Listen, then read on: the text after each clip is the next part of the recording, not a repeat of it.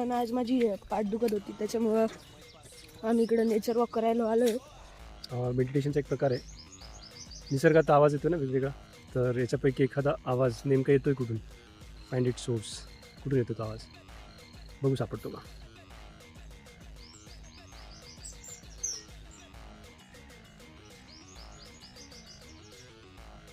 शोध जारी आहे त्याचा.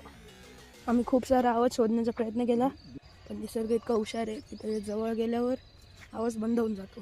तिथे खूप मोठं वारूळ आम्हाला दिसलंय, खूप म्हणजे माझ्या हाईट एवढं वारूळ आहे ते. ती तिथे काळ्या कलरची छोटी चिमणी बसलेली आहे, ती आवाज काढतीये.